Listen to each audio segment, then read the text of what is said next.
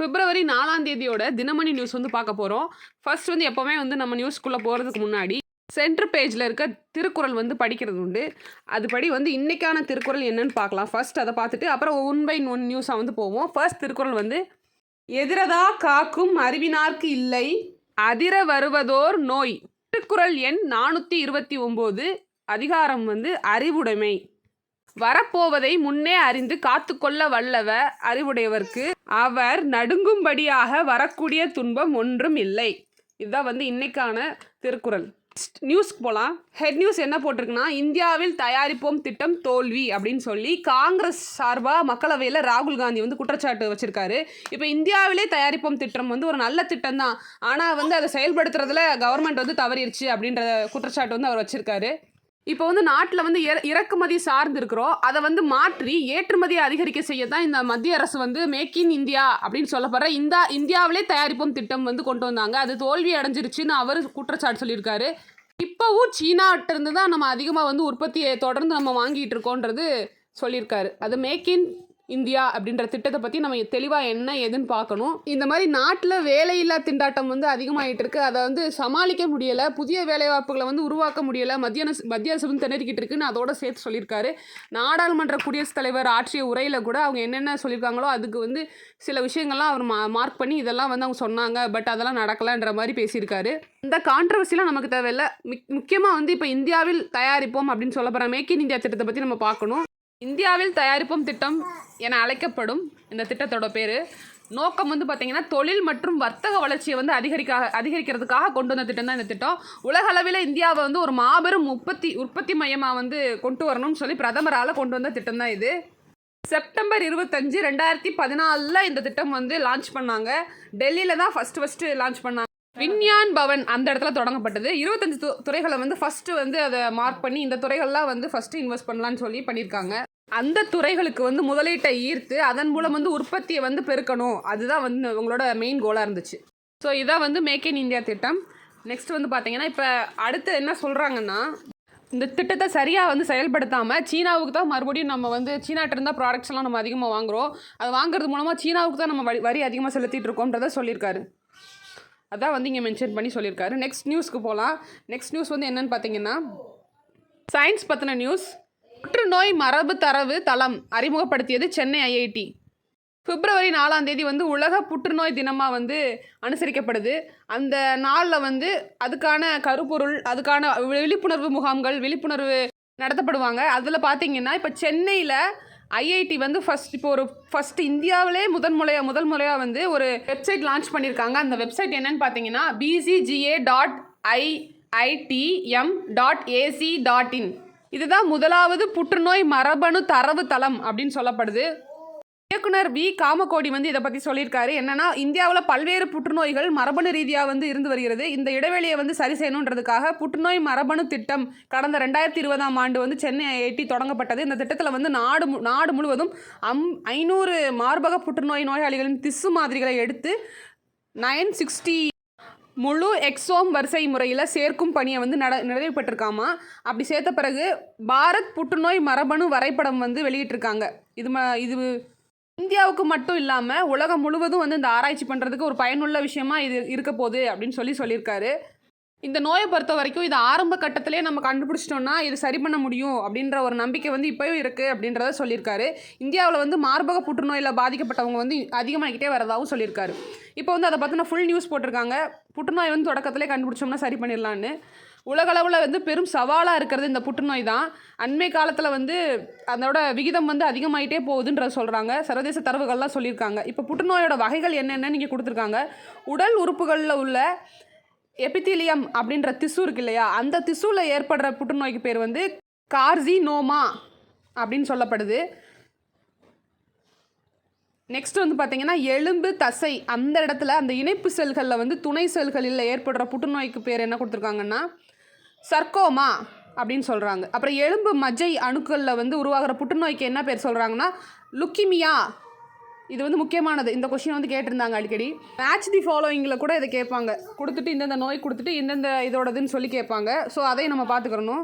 நோய் எதிர்ப்பு மண்டல அணுக்களில் உருவாகும் புற்றுநோய்க்கு பேர் என்னன்னு கொடுத்துருக்காங்க லிம்போமா மற்றும் மைலோமா அப்படின்னு சொல்கிறாங்க. அப்புறம் பார்த்தீங்கன்னா நரம்பு மண்டலத்தில் உருவாகிற புற்றுநோய்க்கு பேர் வந்து ஆஸ்ட்ரோசைட்டோமா. இதுதான் வந்து புற்றுநோய்களோட வகைகள்னு சொல்கிறோம். நெக்ஸ்ட் வந்து இதை பற்றி டீட்டெயில்டாக இங்கே போட்டிருக்காங்க இல்லையா, அதை நோட் பண்ணி வச்சுக்காங்க. அதுக்கடுத்து வந்து பார்த்தீங்கன்னா புற்றுநோய் வந்து எதனால் வருதுன்னு சொல்லி பாயிண்ட் வைஸ் கொடுத்துருக்காங்க. எதனால் அப்படின்னு பார்த்தீங்கன்னா ஃபர்ஸ்ட் வந்து உடலில் உள்ள மரபணு டிஎன்ஏ செல்கள் வந்து சேதமடைந்து அதன் உட்கருக்கள் வந்து பிற செல்களை பாதிக்கலாம். அதனால் வந்து நமக்கு புற்றுநோய் வர்றதுக்கான வாய்ப்பு இருக்குதுன்னு சொல்கிறாங்க. ஃபஸ்ட்டு அதுதான். அடுத்து வந்து பார்த்திங்கன்னா புகையிலை உள்ள சில ஹைட்ரோ கார்பன்கள் வந்து அல்லது ரசாயனங்கள் மூலம் புற்றுநோய் செல்கள் வந்து உருவாகலாம். அது செகண்ட். கதிர்வீச்சுக்கு உள்ளாகும் போது உடலில் ஏற்படும் ரசாயன மாற்றங்களால் உருவாகக்கூடும். அது தேர்டு. நச்சு வேதிப் பொருட்கள் வந்து உடலுக்குள் கலக்கும்போது அதன் காரணமாக செல்கள் பாதிக்கப்படுகிறது. அதுவும் புற்றுநோய் ஏற்படுத்த காரணமாக இருக்கலாம். இதுதான் 4 மெயினான விஷயம். டிஎன்ஏ மூலமாக வரலாம், இல்லை வந்து புகையிலை அதிகமாக வந்து நம்ம எடுத்துக்கிறதுனால வரலாம், இல்லை கதிர்வீச்சுக்கு உள்ளாகும் போது அது ரசாயன மாற்றங்களால் வரலாம், இல்லை நச்சு வேதிப் பொருட்கள் உடலில் கலக்கும்போது வேறு செல் அதை தொடர்ந்து வந்து புற்றுநோய் செல்லாக வந்து மாற்றலாம். இதுதான் வந்து மெயினான ரீசன் வாய்ப்புகள் வர்றதுக்கு. நெக்ஸ்ட் வந்து டேட்டாஸ் போட்டிருக்காங்க. அந்த டேட்டாஸ் என்னென்னு பார்ப்போம். ஃபர்ஸ்ட் வந்து அறிகுறிகள் என்னென்னு போட்டிருக்காங்க.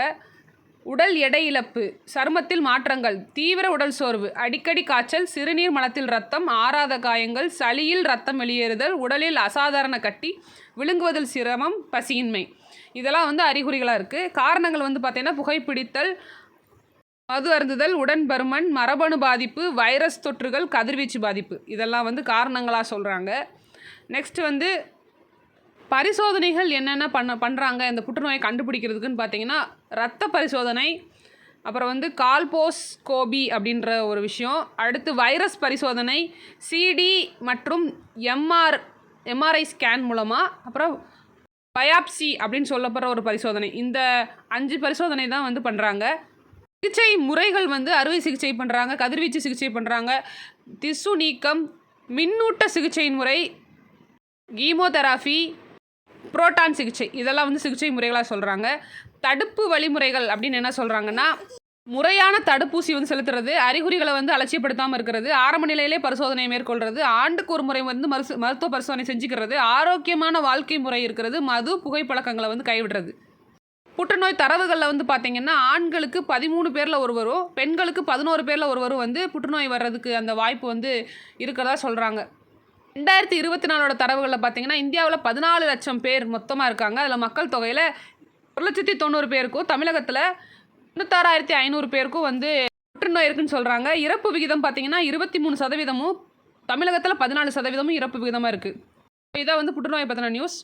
நெக்ஸ்ட் நியூஸ் வந்து பார்த்திங்கன்னா SC/ST மாணவர்களுக்கு கல்வி கடன் தள்ளுபடி பண்ணியிருக்காங்க. ஆதி திராவிடர், பழங்குடியினர் மற்றும் கிறிஸ்துவ ஆதி திராவிடர் அந்த மாணவர்களுக்கு 1972லேருந்து 2003 வரைக்கும் படித்தவங்களுக்கு மருத்துவம் மற்றும் மருத்துவம் சாராத படிப்புகளுக்கு இந்த 2 ஃபீல்டில் இருக்கிறவங்களுக்கு எல்லாருக்கும் வந்து தள்ளுபடி பண்ணிட்டாங்க. 2003லேருந்து 2010 வரை இருக்கிற மருத்துவ படிப்பு, மருத்துவ சாராத இருக்கிறவங்களுக்கு வந்து கடனாக கொடுத்த 48.95 கோடியை வந்து மாணவர்களுக்கு வசூலிக்க இயலாத நிலையில் இருக்கிறவங்களுக்கு, முடியாதவங்களுக்கு தள்ளுபடி பண்ணிட்டாங்க, தள்ளுபடி பண்ணுறதா சொல்லியிருக்காங்க. ஸோ இந்த 2 இயர் ஃபீல்டில் இருக்கவங்களுக்கும் தள்ளுபடி பண்ணிட்டாங்க.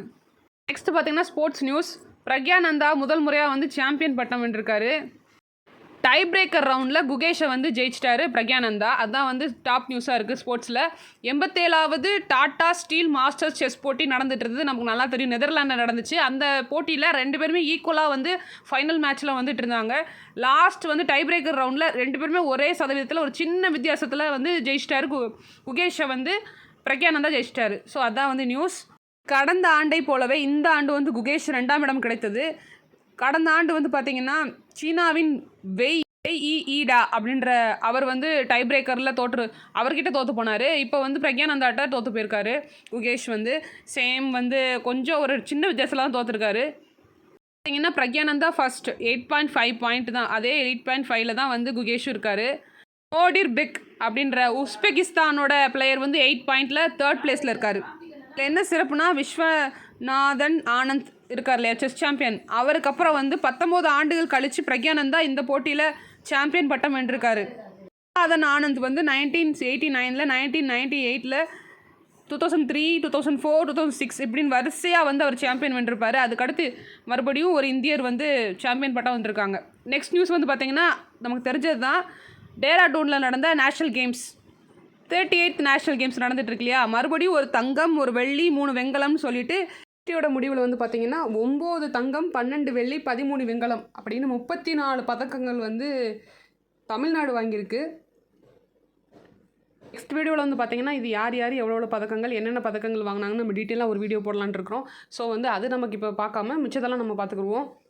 தமிழ்நாடு வந்து 6th பிளேஸில் இருக்குது. இப்போ மொத்தமாக அந்த போட்டியோட முடிவில் 9 தங்கம், 12 வெள்ளி, 13 வெண்கலத்தோட 34 பதக்கங்களோட 6th பிளேஸில் இருக்குன்றத ஞாபகம் வச்சுக்க. 42 பதக்கங்களோட கர்நாடகா வந்து ஃபர்ஸ்ட் பிளேஸில் இருக்குது. நடக்குது, என்ன கேம், எத்தனாவது பிளேஸ் தமிழ்நாடுன்றதை ஞாபகம் வச்சுக்கணும். நெக்ஸ்ட் வந்து பார்த்தீங்கன்னா என்ன நியூஸ்னால், உற்பத்தி துறையில் வந்து 6 மாதங்கள் காணாத உயர்வு வந்து நடந்திருக்கு. ப்ரொடக்ஷன் செக்டாரில் ஒரு திடீர் வளர்ச்சி, ஒரு 6 மந்த் வந்து பயங்கர வளர்ச்சியாக இருக்குது அப்படின்றத ஒரு நியூஸாக கொடுத்துருக்காங்க. உற்பத்தி துறை நடவடிக்கைக்கான குறியீடு என்னான BMI கடந்த 2024 ஜனவரியில் 56.65 இருந்தது. பிப்ரவரியில் 56.9 அதிகரிச்சிருக்கு. பின்னர் மார்ச் மாதத்தில் வந்து முந்தைய ஆண்டு 16 ஆண்டுகள் இல்லாத அதிகபட்சமாக 59.1 அதிகரிச்சிருக்கு. அடுத்து வந்து ஏப்ரல் மாதத்தில் 58.8 மே மாதத்தில் 57.5 BMI சரிந்தது.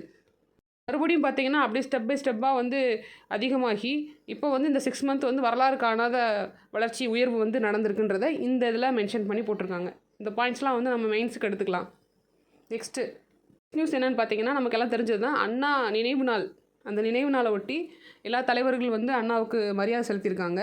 ஸோ அண்ணாவை பற்றின ஒரு வீடியோ வந்து நான் ஆல்ரெடி போஸ்ட் பண்ணியிருந்தேன் நம்ம சேனலில். அதோட லிங்க் வந்து நான் டிஸ்கிரிப்ஷனில் கொடுக்குறேன், கண்டிப்பாக பாருங்கள். அந்த இதில் நிறைய யூஸ்ஃபுல்லாக என்னென்ன முக்கியமான ஸ்கீம்ஸ் கொண்டு வந்தார், எப்போ வந்து அவரோட காலம், டைம் பீரியட் எல்லாமே அதில் மென்ஷன் பண்ணியிருப்பேன்.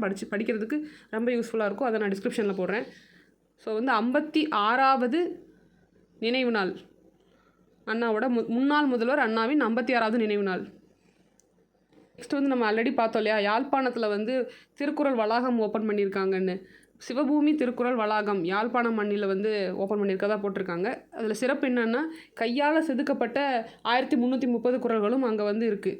அதான் வந்து அதோட சிறப்பே, அந்த வளாகத்தோட சிறப்பே. 25 ஆண்டுகளாக வந்து தொண்டு நிறுவனமாக இருக்கிற சிவபூமி அறக்கட்டளை சார்பில் வந்து இதை திறந்திருக்காங்க. உலகத்திலே வந்து இது ரொம்ப வந்து ஒரு முக்கியமான வளாகமாக இருக்க போது. உச்ச நீதிமன்ற நீதிபதி வந்து அரங்க திறந்து வச்சுருக்காரு. யாருன்னா மகாதேவன், அவர் தான் வந்து ஓப்பன் பண்ணி வச்சுருக்காரு அந்த குறள் வளாகத்தை. ஸோ இதான் வந்து 4ஆம் தேதியோட முக்கியமான நியூஸ். தேங்க்யூ.